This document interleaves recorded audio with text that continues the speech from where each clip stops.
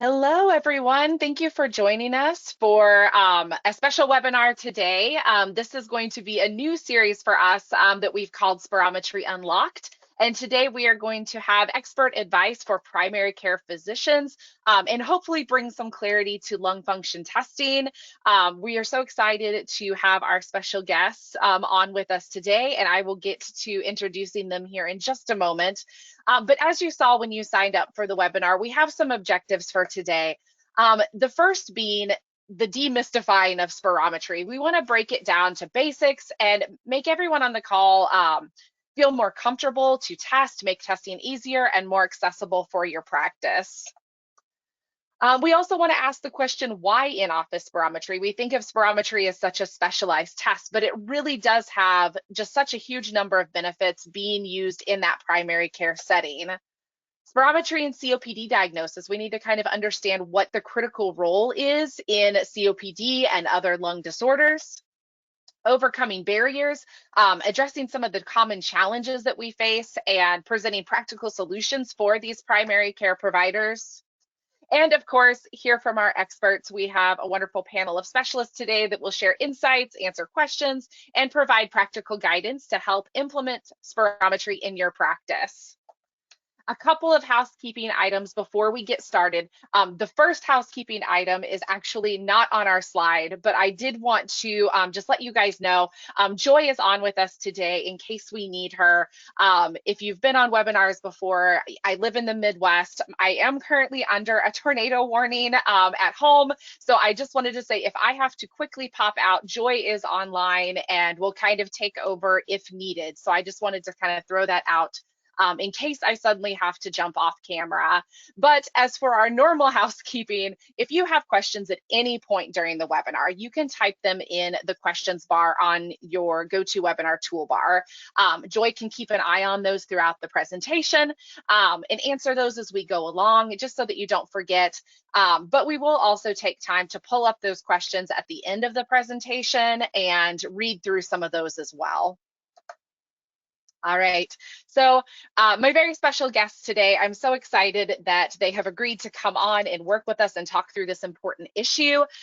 First, we have Dr. Sanja Stanojevic. She is an associate professor in the Department of Community Health and Epidemiology at Dalhousie University. Dr. Stanojevic is a respiratory epidemiologist with expertise in methodologies to characterize the normal growth and development of the lungs.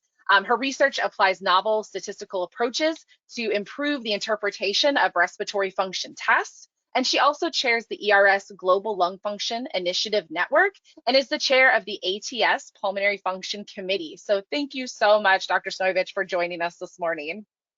My pleasure. All right. And next we have Dr. Meredith McCormick. Dr. McCormick is a professor of medicine and the director of the Division of Pulmonary and Critical Care Medicine at Johns Hopkins University School of Medicine. She has clinical expertise in asthma, COPD, and airway physiology. She conducts research investigating environmental determinants of lung health. She has served as the medical director of the Johns Hopkins Pulmonary Function Testing Laboratory for more than a decade and is the immediate past chair of the American Thoracic Society Pulmonary Function Testing Committee. So thank you also, Dr. McCormick, for joining us this morning. Thanks for inviting me to be here. Looking forward to it. All right, we are going to dive into some of these questions with our experts. And again, this is really just a casual conversation. Feel free to expand or ask different questions as they come up. But first, when we look at understanding spirometry, we know that many primary care physicians or non-specialty physicians find spirometry very intimidating. What are the most common misconceptions about spirometry? And how can we, if we can, how can we simplify this process? Maybe I'll start, and I think maybe we all have this perception of the very large body box machines and kind of the Doctor Who telephone box that everyone perceives as the traditional lung function test. And over the past several decades, there have been tremendous advances in technology, allowing for handheld devices, even some spirometers on your mobile phone, and as well as the technology in giving the people doing the test real-time feedback on whether the test is being done correctly. And so I think there's probably a misconception that spirometry today looks like what it did 10, 15 years ago, which is quite different. And I think there's an opportunity to embrace those advances to improve access to lung health testing around North America and worldwide. Yeah. And I guess I would just add also that the measurements that we make with spirometry, although it requires coaching of the patient and it requires training of the person administering the test, the outputs are pretty straightforward, right? You're asking someone to take a deep breath in and a maximal blast out exhalation, and we measure how much air comes out in the first second and how much air comes out in the whole breath. So I feel like when I talk to my patients about those numbers, they're pretty understandable. And so as we're going to see later, I think the outputs are pretty straightforward as well. Yeah, absolutely. And kind of expanding on that, why in-office spirometry? You know, we always think, you know, a lot of people do kind of immediately jump to that specialty, you know, that's something that should only be done in pulmonary or in the PFT lab. But what are the key benefits of performing spirometry in the primary care setting instead of referring elsewhere, making that the default? I can jump in. I think access. I think I think our communities, the people that we serve, really struggle with accessing healthcare, no matter where they are in the spectrum of whether they have health insurance or not. And whatever we can do to reduce barriers to accessing the tests and then the results. And so every time we create a barrier, a referral that needs to then go to a specialist, that needs to get booked, people have to take more time out of their day to do the testing, are opportunities where we might lose patients along that journey. And so having the test right in primary care allows you to get an answer very quickly and allows you to further triage exactly which subspecialist or specialist the patient would benefit from the most, or whether you can, based on that result, make decisions in the clinic. And it looks like we've lost Jamie, so we'll maybe Meredith, you can comment.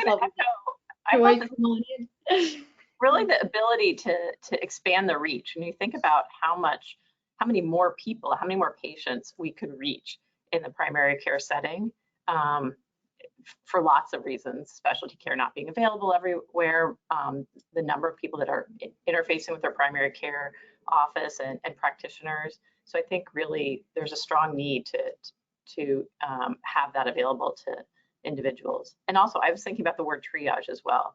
If you have that spirometry in the office, you really can start thinking about, do you need more advanced diagnostic testing? Do you need imaging? Are you actually going down maybe a path where you need to be thinking about cardiovascular testing or something different? So I think as a triage tool, it's really can be beneficial. And I think as you were talking, a lot of people have a diagnosis of a lung condition having never had a pulmonary function test. And I think we can ensure that patients get the right diagnosis and are on the correct treatments. And any barriers we can remove, and having that result right then, right there in the office, allows you to make those decisions based on objective measures and not on symptoms alone, because symptoms are very nondescript and difficult to differentiate.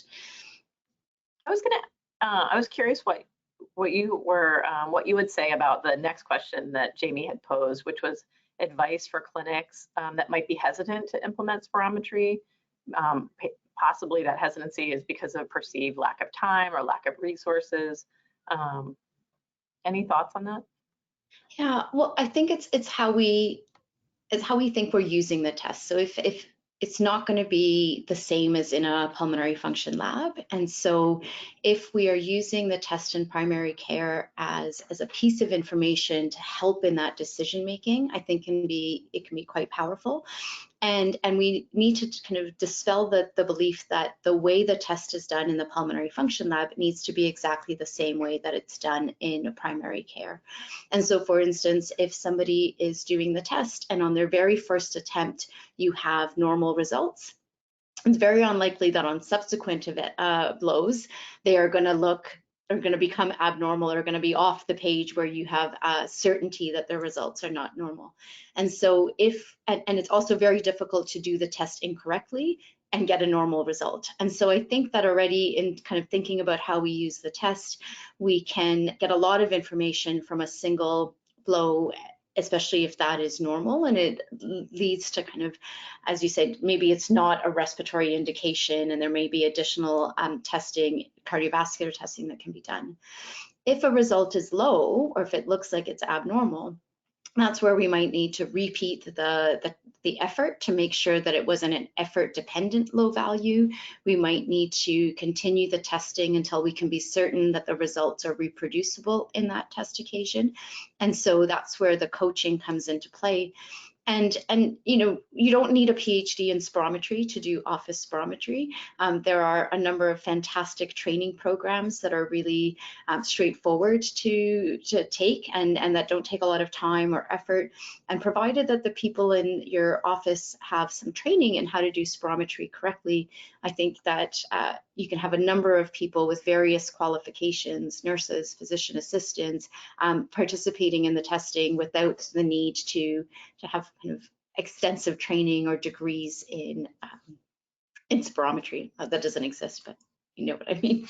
I know exactly what you mean. And another thing I was thinking is that the equipment now that's available for in-office spirometry, I think it's quite portable, and there are all different types of price points, so you can find a really cost-effective option for office. And then I know some of the work that we've done together in standardizing reports, I feel like to start a procedure in your office that maybe you haven't done before, there are a lot of resources that are, I think, pretty nicely curated now to make that startup a little bit easier and more standard, so that you know that what you're doing in your office looks like what the experts or the guidelines would recommend. Absolutely. They've really made it foolproof. And I think we both worked with companies to make this happen, but it's no longer a black box where you blow into the machine and then a week later you get the result emailed to you or faxed to you. And so the devices are designed in such a way that you get real-time feedback of whether the test was done correctly, and you get the standardized report, which, as you'll see in a couple of examples in the slides that are going to be shown, really clearly indicate where the result is compared to what we would expect. So is the result compatible with what we see in otherwise healthy individuals? And if it's not, how far outside that range is the result, and how much confidence do you have that what you're observing is indicative of an obstructive impairment that might be used to support a diagnosis of COPD?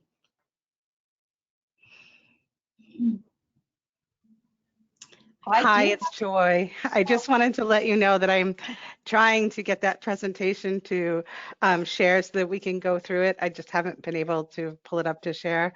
Thank you very much for continuing on the talk track, and I will share that as soon as I possibly can. And Jamie did lose Wi-Fi and had to take cover. Okay. Sure. Well, we hope Jamie's okay. I do have a list of the questions, so I can ask pose our next question. Okay. I think the next section was going to be about spirometry and COPD, and with two questions. And one was, how does spirometry improve the accuracy of COPD diagnosis compared to symptom-based assessments alone? And I think the second question was, what are the potential consequences of underutilizing spirometry in COPD diagnosis? And I think, Sanja, you started to talk about that earlier. So I guess we could start by thinking about how spirometry might improve our diagnostic accuracy. So as an epidemiologist, when I see the population level data, I'm always shocked to see how many people have the label of a COPD diagnosis or are treated with COPD medications, but have never had a pulmonary function test result. And so I think there's a huge unmet need and a gap to provide that evidence. In most cases, it's shortness of breath, wheeze, maybe exertion on exercise that kind of are the constellation of symptoms indicative of COPD. There may be, with a smoking history and respiratory symptoms, immediately there's a diagnosis of COPD. And while it's likely there are lots of different reasons why people might have those symptoms, and then they may be on inappropriate treatments, or that diagnosis may not necessarily be appropriate.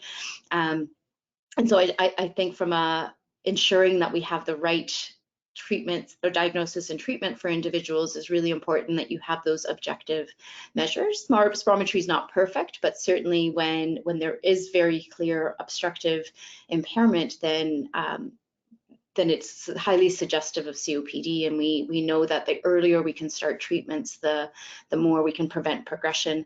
But Meredith, you see the downstream effect of people later on in your practice, and what do you think is the benefit of early diagnosis in primary care? Yeah, I still receive referrals for patients who come to see me for a second opinion for COPD or other conditions and don't have lung function testing or spirometry. So I think there's a huge gap. And if you think about the diagnosis of COPD, and we're reconsidering all aspects of the diagnosis, but really airflow obstruction demonstrated on spirometry is the cornerstone of the evaluation. So it's really critical, and many studies demonstrate how substantially underutilized spirometry is in the assessment of COPD or other lung conditions. I think Bart Shelley and Mahendra Damarla, who I continue to work with here, published a study years ago looking at comparing echocardiogram for patients with a heart failure diagnosis versus spirometry for a COPD diagnosis. And we wouldn't think about lacking an EKG or an echo for our patient if we're worried about heart disease, but somehow we don't always follow the same approach with thinking about whether there's a diagnosis of a chronic lung condition underway. So I think there's a great opportunity to really provide spirometry access to our patients and to people that may be at risk for lung disease. Absolutely. And it's so much easier now that it's hard to justify why we don't. And it's the same, you wouldn't send a patient to a specialist to get a blood pressure test when it's something that you can do in the office and has been shown to be feasible to do as well. Yeah. And I see we've got slides from Joy. Yeah, can you see them right now, or am I toggling between you and the slides? No, we can see the slides. I think we were maybe not this far along. I think we were on the barrier side, but yeah. I heard obstruction and I ran to it. Okay, so here we go. This is perfect. This is, I think, right where we left off. Excellent.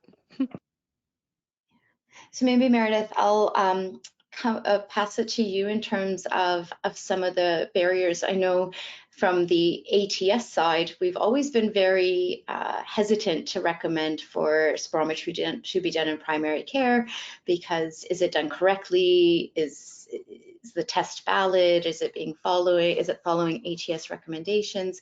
And certainly our thinking has changed. And I wonder if you can comment on some of the challenges that people might experience or ways to overcome those. Yeah, I think it's important to acknowledge the challenges too. Clinical practice is busy. I think it's just become busier and busier with some of the pressures of seeing large volumes of patients and moving people through an office and making sure you're still providing high quality care. So I think it's really important to acknowledge that. And as you said before, spirometry is something that it's pretty discrete and finite in terms of what's needed to perform spirometry. So it's also very feasible to train office staff to perform this and to perform this efficiently and with really high quality results. And also, the space needed is fairly finite, and it can be done in sort of a small office space. So I think there are a lot of aspects that make it highly feasible, and really thinking about maybe having a champion in your office or one person who can either go to a course or train with another practice that's already doing it and then become sort of the go-to. I think that's a model that can be very successful and is also very, very feasible. And then your office practice now has a procedure that they think is feasible to implement, but also value added for the patients that are served there. I fully support the idea of a champion or having a dedicated person. I once was at a meeting where someone said it's like making a pizza. The more pizzas that you make, the better you are at making pizzas, and the tastier it'll be, and it becomes something that you can perfect with practice. And so not only having that initial training, but also having a dedicated person or a number of people that are specifically trained and able to do this testing, I think helps to reduce some of those challenges with poor quality testing. And I think speaking to some of the advances that are now make things even easier are some of the visual aids that are available in the software. And I think this goes to the idea of different techniques. I think depending on what the champion might like best and what they might incorporate into their own personal style, but there are definitely visual aids that can be helpful, or whether it's blowing up a balloon or blowing out birthday candles, or whatever analogy you might want to share with your patient to get them to do the maneuver and give their best effort. I think those are some of the types of coaching strategies that an individual can sort of take on and have pride in their own style, but also be reproducible. And I love it when my patients come down and they say, oh, the technician I just worked with, they were great. They were really coaching me. And I usually say, oh, do you think the people in the hall could hear? Because we want them to be really strong coaches. And I get that positive feedback. And I think it really, our patients are satisfied, and our technicians, I think, are reproducibly coaching in a consistent and very positive way with our patients. Yeah, and maybe I wouldn't call it personality, but certainly because it is an effort-dependent test, it needs to be somebody who can build that rapport with the patients and encourage them and get them to take in that maximal breath and to blow out as long as they can. And sometimes it takes a kind of person that really has that affinity for coaching and encouraging patients to do their best that matches best with spirometry. So in terms of some of those barriers, I think it's not necessarily a barrier, but aligning the staff that are doing the test with their ability to get the best out of a patient. So do you have top 3 tips or recommendations for primary care providers trying to Yeah, maybe I'll summarize. So I think having a champion and somebody who is going to be your go-to person for spirometry is going to be really important. Someone with that enthusiasm and who's going to be able to coach, and also kind of buy-in from the practice. I think the vast majority of people with lung disease are cared for in primary care.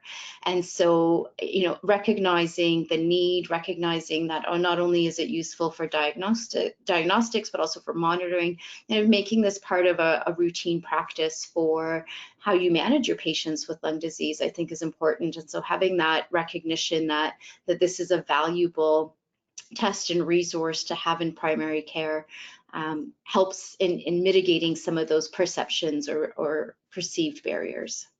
What about you? The champion was my number one, and maybe attending a course or getting some kind of training so that champion really has a strong foundation. And then finally, I was going to say maybe for the primary care provider who's actually thinking about this is maybe just trying it. If you haven't had your spirometry done yourself, I feel like I always just gain a little extra insight when I do the test myself. And when I'm working with trainees here, I always say, don't forget to get your own spirometry done, just because you learn a lot more about the experience of our patients. Absolutely, yeah. So I wonder, I know there's a number of cases that Jamie has prepared. Maybe we can move on to those. Here you go. Okay. Can you see that okay? Yeah. All right. So obviously we have the answer up on the screen, but maybe Meredith, you could walk us through when you get a report, where do you start, and what are some things that you look for clues in terms of how you interpret these results? Sure. I like to start kind of zoomed out a little bit. So I look at 3 things initially, and one is that nice sort of green to yellow to orange visual diagram in the middle, because that gives me a snapshot In the middle, I see that predicted line, and then on the left, the lower limit of normal, LLN, and I can see whether all the values are falling in the green, and that's relatively reassuring. I'm thinking things are going to be normal, or whether I have some values that are over in the yellow or red, where I'm thinking they're going to look more abnormal. And then I look at the shape on the left, the flow volume loop, and I'm going to look for the shape of that. And that dashed line is sort of the normal shape, the dashed gray line. And I'm going to look at this person's blue line and see what clues that might give me, as well as on the right, the spirogram. And there I'm looking for just a nice plateau, suggesting that the air comes out and evenly. And I like to see that plateau within about 6 seconds, which I see here. So for this person, I see that the FEV1 to FVC, when I'm looking at the little visual diagram in the middle, looks like it's in the yellow or red. So I'm going to go up and look at the numbers. And I see on the left, it looks like the best meaning pre-bronchodilator. This person didn't get a post-bronchodilator. Value is 67.1%. And so the lower limit of normal, the lower threshold would be 71%. So it's below that. And when I see that low ratio, that makes me think of the big word on the right, obstruction. So the pattern of airflow obstruction that we see in COPD and asthma. Yeah, go ahead. No, and I was just going to say, you know, we often have this misconception that COPD is kind of a disease of older age or an individual with smoking history. And I noticed on this case that this is a 39-year-old patient. And I wonder what you think about kind of this diagnosis or being below the lower limit of normal in such a young individual and how common that might be. Yeah, so just like, I'm glad you pointed that out. I actually hadn't looked at the age initially. And so that does sort of shift my thinking a little bit, because a ratio of 67%, especially in a younger person, is lower than expected. With age, we develop a little bit of that ratio tends to decline a little bit with age as our lungs lose elasticity. And so that's a little bit more concerning or a little bit more striking in a younger person. I think it really demonstrates the value here of early detection. So definitely something's going on, either asthma or early COPD.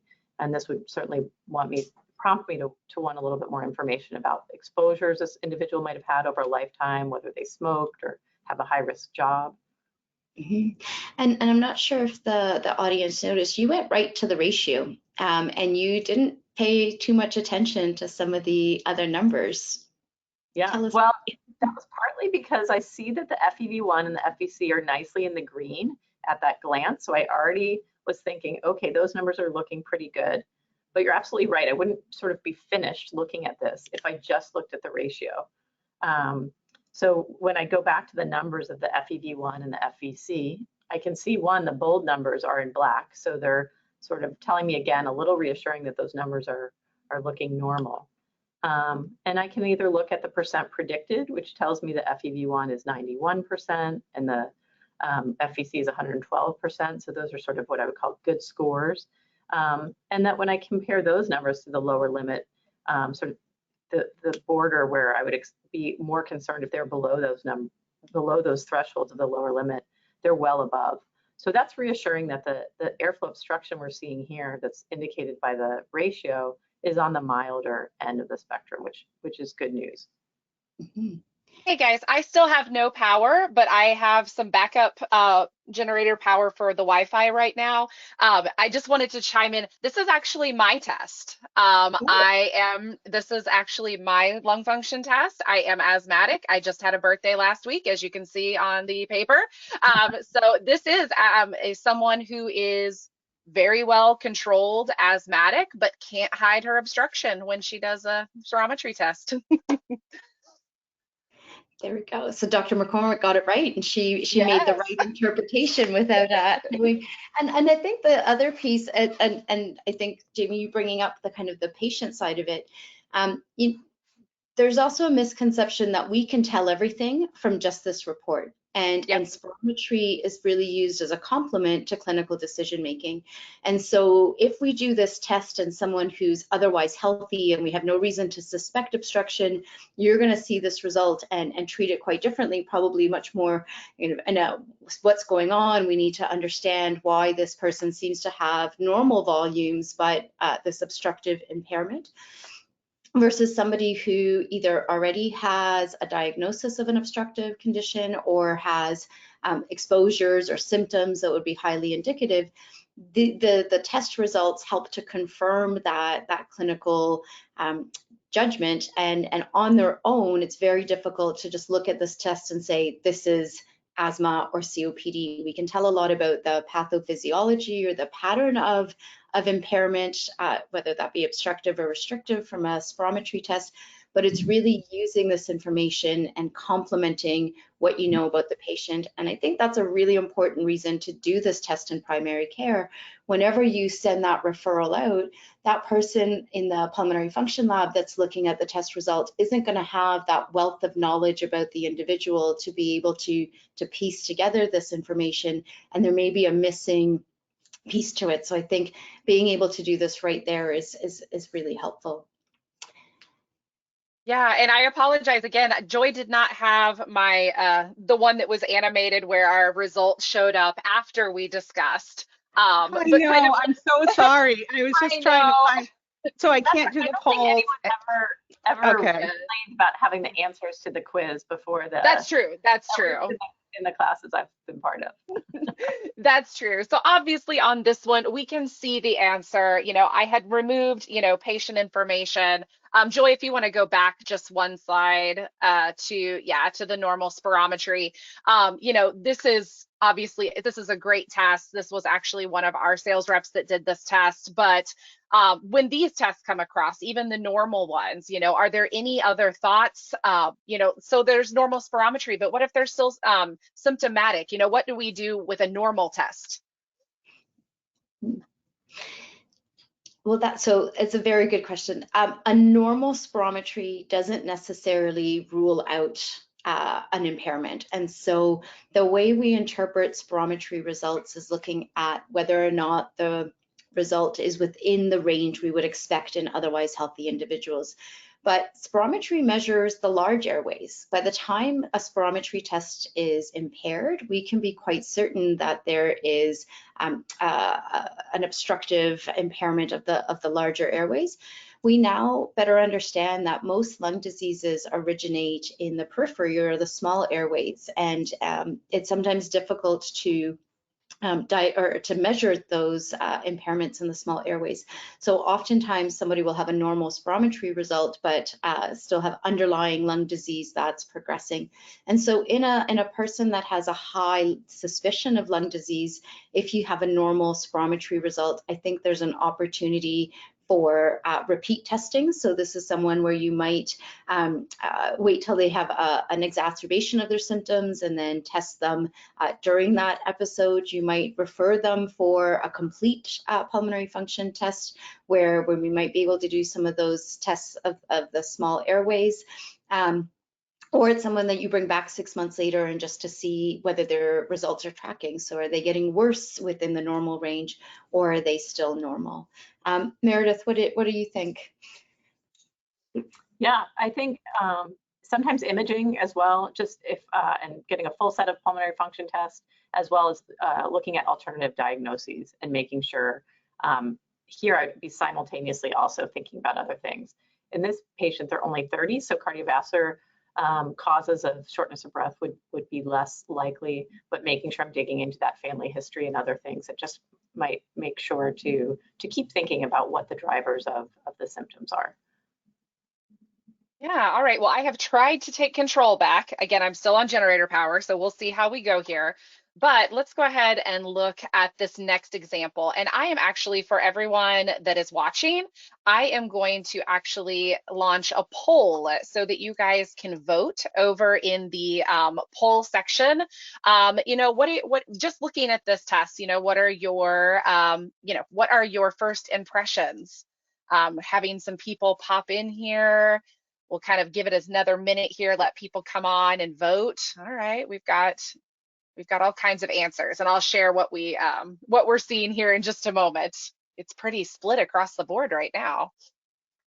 Well, then it's good that we're having this webinar. I can only see the polls, so I won't be able to see the test again until Oh, okay, gotcha. Yes, I can yeah, and again, kind of a new feature we're playing with here, so I'm going to give them just another second, close the poll, and then we can pop back over and look at the results a little bit more. All right. Okay, well, I am going to go ahead and close out the poll. I'll share the results here.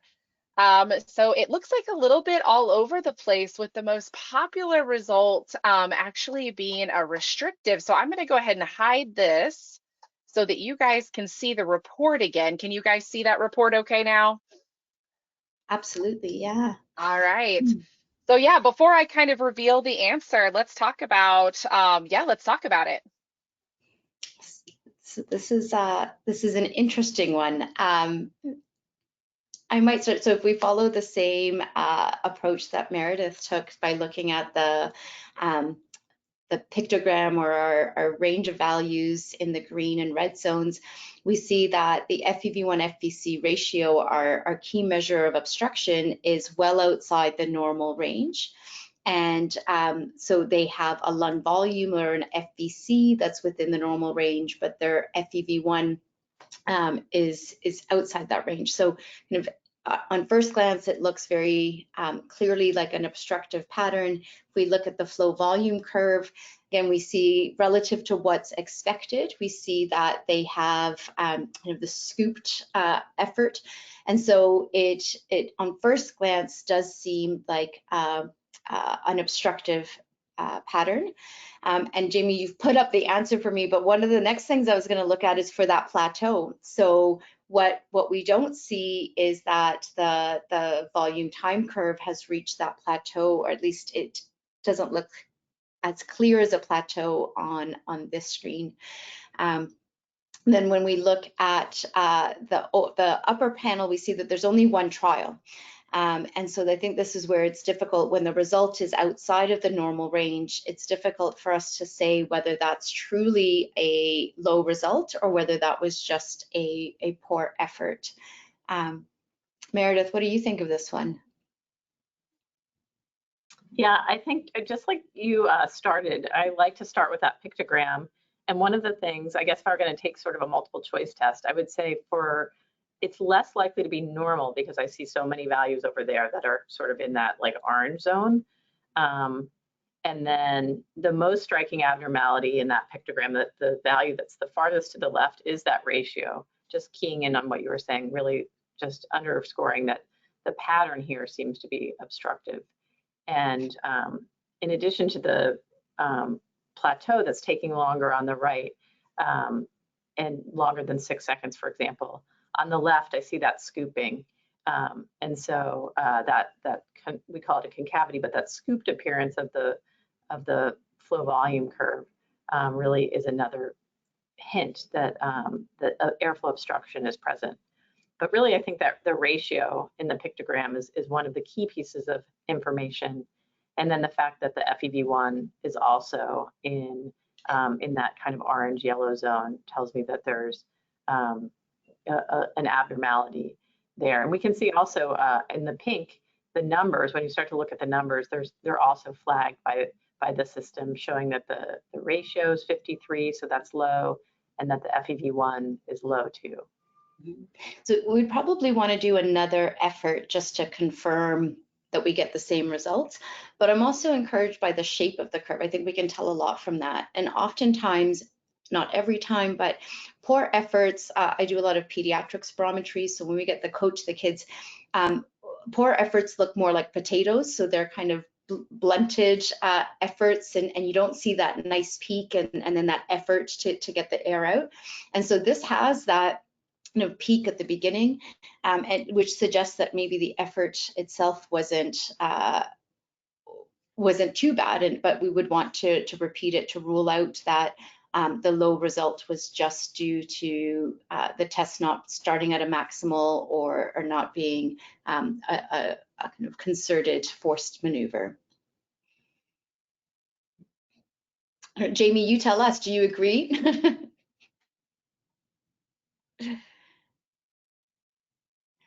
No, we may have lost Jamie again.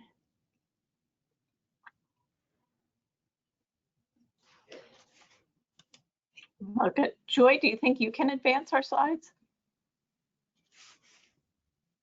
Or maybe not, because Jamie's the host of the slide. Okay.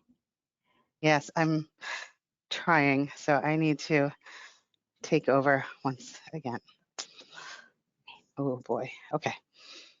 But I'm not surprised, maybe we can talk about the poll results. So just so that our audience isn't discouraged by the discordance in what people reported. I think this is part of the education that needs to happen alongside with getting a spirometry. You know, things have been overcomplicated, and if you break it down into some key steps, first looking at that ratio, is the ratio in the range that we would expect? That's our first and most important indicator of airflow obstruction. And then looking at the other parameters thereafter. The FVC, or the lung volume that's measured with spirometry, can be really useful for ruling out a restrictive impairment. But spirometry alone isn't going to be the test that you do to identify a fibrotic or restrictive condition. And so really, if you have an impaired FVC or a low FVC, you really want to understand why that is. Is it just because of the effort of the test? Does the person just happen to have small lungs? Or is there an underlying pathophysiology that's reducing that vital capacity? And we might, as you mentioned earlier, Meredith, we might do imaging or a complete test of pulmonary function test results. And again, thinking about the presentation and why the symptoms that the individual has, their history, their exposures, might point us into which test is most useful to confirm that restrictive impairment. So maybe we can go and see another example. And Okay. I think we're I'm on back slide, with my non-animated slides here. So that's okay. I think we're on slide 12. Yeah. Yeah. There we go. Yeah. And it's just speaking of restriction, I think that was, I was just rambling on about. Maybe Meredith, you can give us a little, what are your thoughts on using spirometry to identify restrictive impairment? And what are the key things that you look for in a test or in a patient before you use spirometry to indicate restrictive impairment? I think one feature just that can be striking is if someone has very severe restriction, I do think that that can be informative. And also just, I think as you started talking about triage, when someone has severe restriction and it goes along with a flow volume loop that looks similar, and by that it's usually kind of a narrow one with a really high peak. We're not going to see it here, but if you could imagine that squished together and that peak is even higher and the values are very low, like in the red or in the deep orange, then that can be pretty striking and really make me want to be more aggressive about getting that CT scan, getting that person to a full PFT lab. When it's milder, I think as you were saying, that can be there could be many factors that can cause a mild result. And there I'm really thinking more broadly about doing those same types of things, thinking about exposures and risk factors and whether I need other assessment of the lung, be it imaging or formal pulmonary function tests. But I'm also probably thinking pretty broadly about symptoms, including whether they could be cardiac symptoms or things like deconditioning that might cause shortness of breath. And so I think the range of how significant or how severe the restriction is on spirometry helps triage sort of where I'm thinking that might be coming from.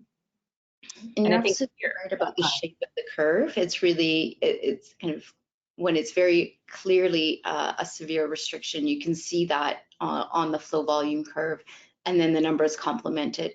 It's often tricky when the flow volume curve looks normal, but the numbers are in that lower range, and it's difficult to then appreciate why that might be. But I do think if this is new and it feels unfamiliar, going to that visual aid, that diagram, and when things really are like far to the left, where you're in that deep orange and you have really highly abnormal values, that's certainly something to pay attention to and either repeat the test or look for other ways to assess the patient. I think there's an example of that case next on the slides. If we could go to the next slide. Next one. Yeah. This is the last one, I think, before the Q&A. That's at least what I have. Sorry. Great. Yeah. Hey, and Joy, I think I've taken over again, so maybe. Oh, okay. So do you guys just see the report? No interpretation yet? Okay, wonderful. I think if we follow the same pattern that we've done up until now, if you look at the FEV1 FVC ratio, you see now in this example, it's well within the normal range. So there's it's not indicative of an obstructive impairment. But both the FEV1 and the FVC are well outside of what we would expect in a healthy individual. When we look at the flow volume curve itself, we can see that there's something is preventing from this individual from breathing in fully and then expiring fully, suggestive of a restrictive impairment. When we look up to the numbers, again, that ratio is in the normal range. Just, if I can see, it looks outside of the lower limit of normal, and both the FEV and FVC are outside of that normal range. Here they're 30% predicted and 29% predicted. Again, all signs point to severely impaired volumes, suggestive of a restrictive impairment. Meredith, your thoughts? No, I think I follow your logic completely, and I think again, just you almost, when I glance at the visual aid in the middle, you almost lose the FEV1 and the FVC. They're so skewed to the left where that starred value is, so you can really see that that's a significant impairment. A 39-year-old, so the muscle effort or the ability to do the test is unlikely to have affected this. But again, being there with the patient and knowing who this person is and whether you would expect them to be able to do this test is an important thing to consider as well. Absolutely. Yeah, and again, this was me trying to simulate a couple of different issues. When I did this test, I hugged my chest really, really, really tight and was trying to kind of simulate an effort. The interpretation, obviously, because the trials were a little bit all over the place, and you can see from the session quality, not super consistent from trial to trial, but looking at it, it could be several different things. As you guys said, it could be a really terrible effort. It could be even that the little circle that is sometimes indicated of a fixed airway obstruction. It could be that severe restriction, which was what I was trying to get it to read by hugging myself. But this one, again, it's kind of there's lots of different things to consider, from the level of impairment to maybe the inconsistency from trial to trial as well. So with this one, it's definitely one that we would want to look into other tests, other things to see where the effort might actually, or excuse me, where the issue might actually lie. Yeah, and then this is where the shape of the curve helps. So for fixed upper airflow obstruction, that's where we see this kind of box shape where both the inspiratory and expiratory are mirrors one another, but it's kind of a flat effort. And that's something that just, recognizing the patterns and what you expect these results to look like is another piece of information to help with that interpretation. Yeah, absolutely. Well, I am going to hop over. Again, I'm on some backup Wi-Fi now, so hopefully I can stay connected here. We're still in the dark, so I won't turn my camera on. But I did want to go ahead and jump over to some questions and pull this out. One question that we have, let me pop this box over. Let's see.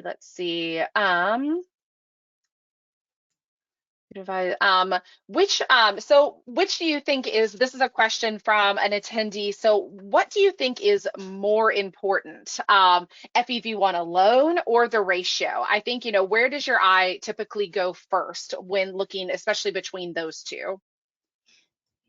I think it depends on why you're doing the test, but certainly if you have someone with respiratory symptoms and you're trying to understand whether there's an obstructive impairment, their asthma or COPD or something that's pathophysiological, the ratio is where I would start for certain.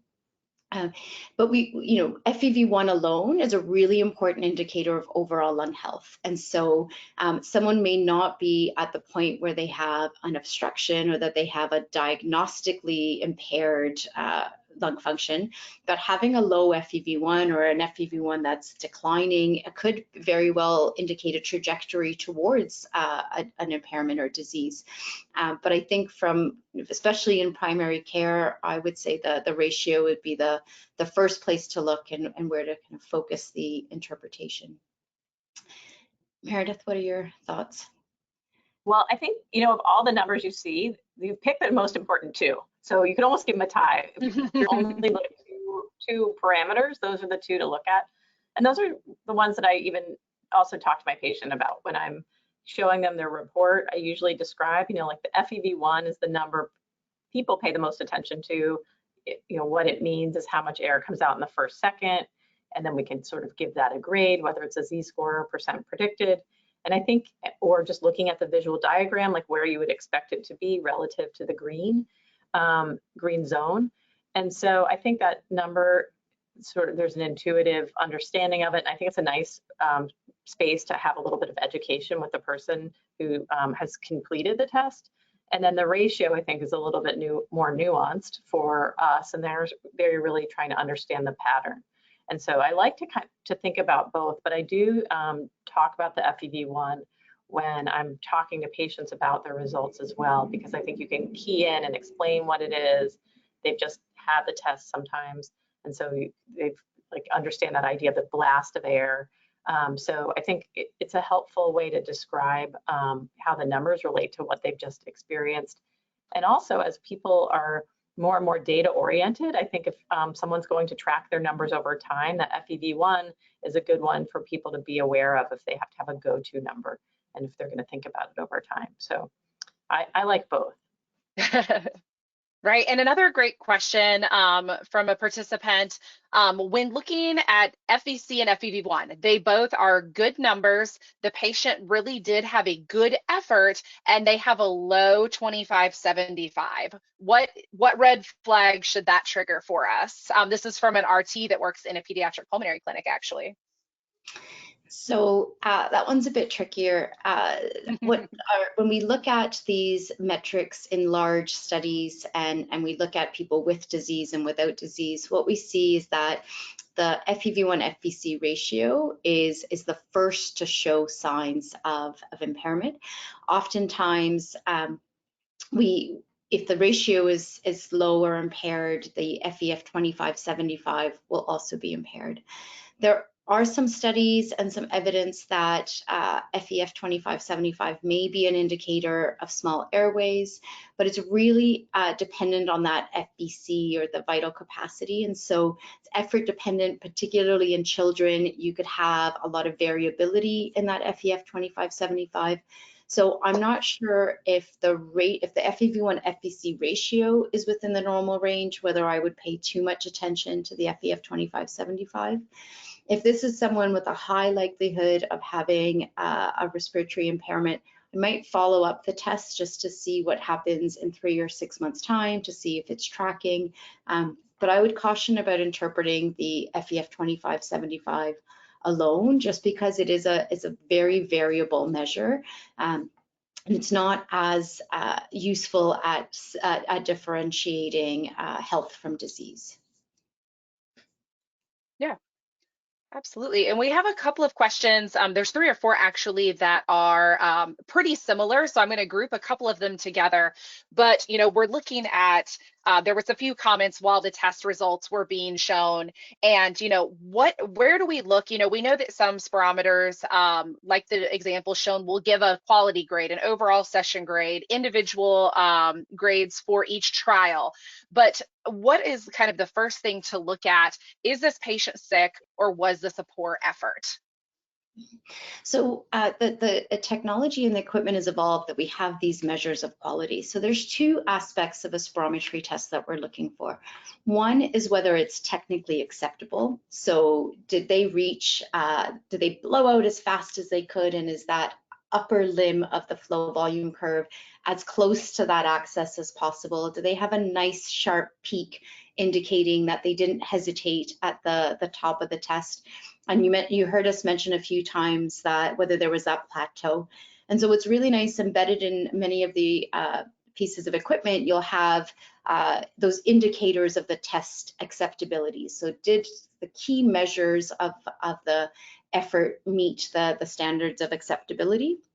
And then once the trials or the efforts are technically acceptable, we look for reproducibility. So we look to see that we can get the same result again, which rules out the possibility that it's an effort dependent result, but that we can reproduce the same result. And that's where the grades come in. So an A grade would suggest that you have two trials that are within 5% or 150 mils of one another, that they're highly reproducible. I should say repeatable. If we have a B grade, again, you have trials that are within 200 mils. Again, they're repeatable. We can be confident in those results. A D grade or even lower, an E or an F grade, indicates that not only are they not repeatable, but there may also not be technically acceptable. So generally, if you have a test that meets all of the technical requirements as A, B, or C, it gives you a good confidence that the test result was good. But it doesn't mean you can't use some of the other tests. So again, if you have one trial that's normal, you can use that information to help guide what you do next. It's really when the result is low and you're uncertain whether that was a poor effort that those quality grades help. Yeah, and we've had a couple of questions pop up, the same question on how many efforts are recommended. We know kind of the golden rule, we have to have a minimum of 3 acceptable, reproducible trials to get that letter A grade. But do we have a maximum number of efforts that we should, how long should we push these patients to get those reproducible results? Maybe Meredith, I'll let you comment on this one, but I think we have to be practical. Of course, we wrote the ATS standards, so there's a reason that having you want to be sure that the test is done correctly. But it depends on how you're using the test and what information you want to get. If you have 2 acceptable efforts and they produce exactly the same result, and you can confidently rule out an impairment, you can stop there. If you have 3 acceptable results and maybe they're not as reproducible as you would like, but they give you the same answer, again, we can make decisions based on those tests. In the most recent ATS standard, we even introduced a usable grade. Again, if you have one test and it's technically acceptable, and it's either in the normal range or it's a test that you're tracking someone over time and it's the same as what you saw before, there may be areas where you can use tests that don't meet that very high standard ATS criteria, but are very useful for clinical decision making. So I'm cognizant not to say take anything, and I think quality matters and doing the test correctly matters. But I think there's a lot of nuance in how we use these tests, and the way that the devices are designed to give you feedback in real time gives you more indication of what you can do with those tests. Yeah, and then I have a little bit that I'm going to combine a couple questions. It's a little bit more of a logistical question, and then I have 2 that are a little more controversial that I know we won't dive too deeply into, but I don't want to leave them out.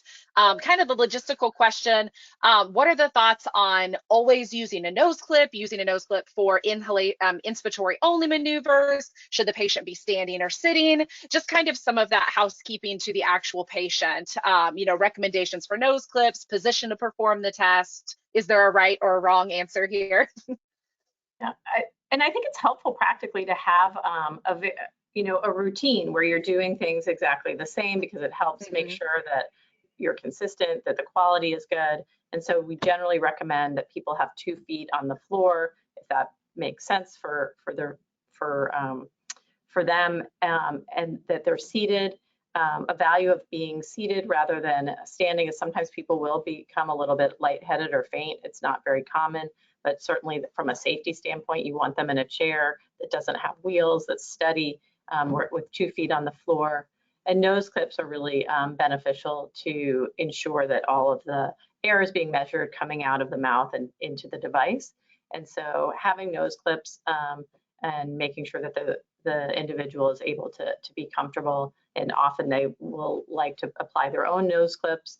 And so that is just something that I think the champion and the people in the office that are doing the spirometry will become familiar with. But we do recommend nose clips, as well as being in a comfortable seated position with 2 feet on the floor. Yeah, absolutely. And then again, a couple of controversial questions to close us out. I'm sure you can foresee what one of them is, but the other is looking at, we had a couple of comments during kind of the question answer during the test results portion about, does having someone who is specialized doing the test make a difference? Having certified staff, we know that there is now a new PFT certification outside of the respiratory therapy profession.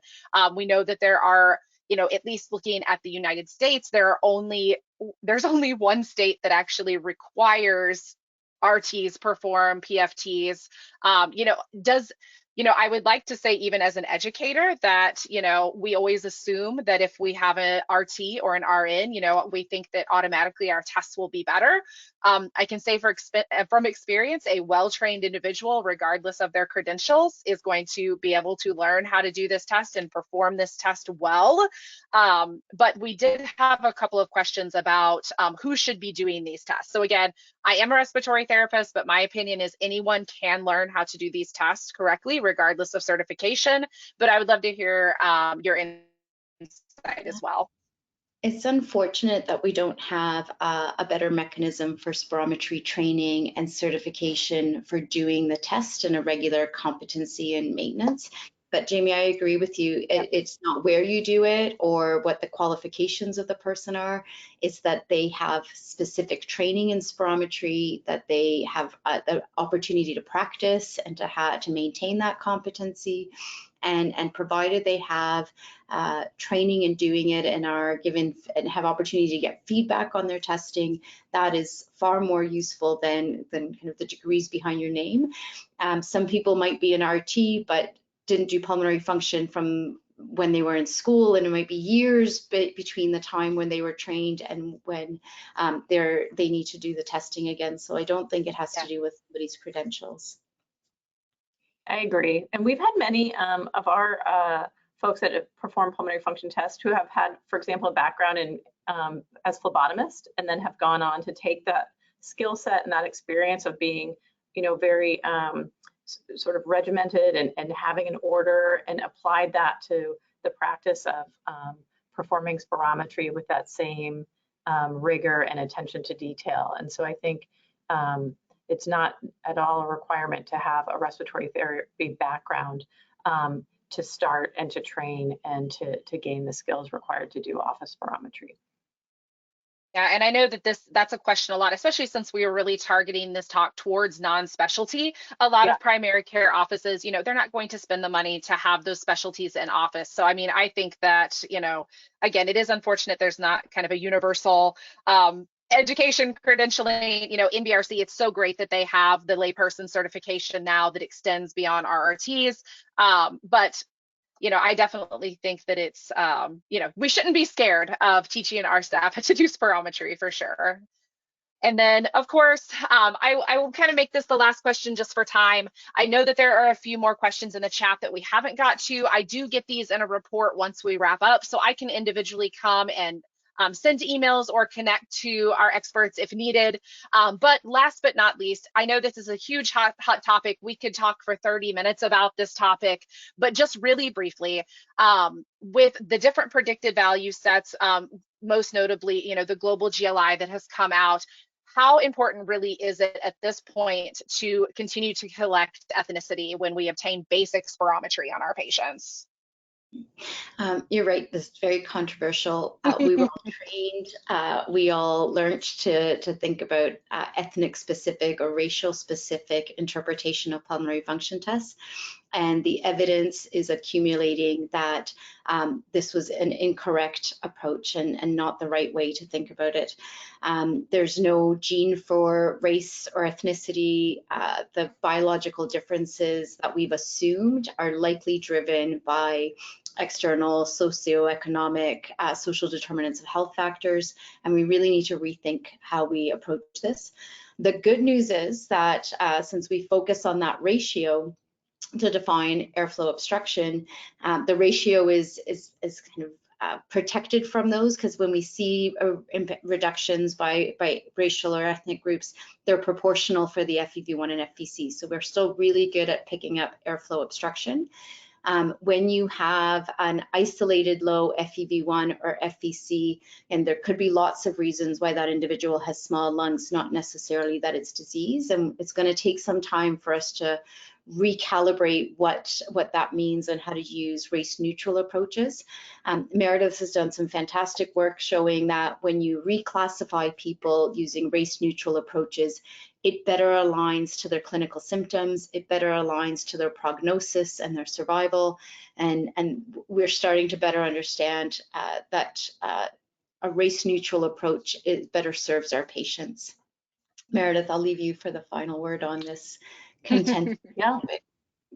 No, I think that's right. We really have re-examined the evidence, and the field has moved towards supporting race neutral approaches, and we have different options that are available, including GLI global as well as GLI reference equations, and selecting the category of other for all individuals. And it simplifies things. That way there's not a need to be ascertaining race or ethnicity at the time of spirometry. So I think that's where the state of the field is.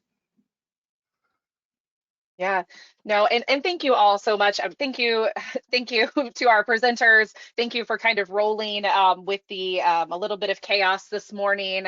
I'm still in the dark. I'll turn my camera on for just a second, but I'm still hanging out in the dark. So thank you guys so much for hanging with us. Thank you, Joy, for hopping on and filling in when I had to shelter for a few minutes. So Wow, I you really are do in the appreciate the dark. team. I am in the dark for sure, but I just appreciate you guys so much being able to jump on, because I do feel like this was an anticipated webinar. I feel like, obviously from the questions, the amount of attendees, this is a subject that a lot of people want to understand, have more clarity, be more confident and comfortable implementing these ideas and this testing in their practices. So again, thank you for hanging on with me. And thank you, attendees. You will get a recorded version of this webinar in your email tomorrow, whether you're attending live or not, whether you registered. And then it will also be uploaded at a later date onto our website underneath the webinar tab. So again, thank you guys so much. Thank you for bearing with us as we ran over time just a little bit as well. And we appreciate you, and we'll see you on another series soon. Thank you. Have a wonderful week. Thanks, Jamie.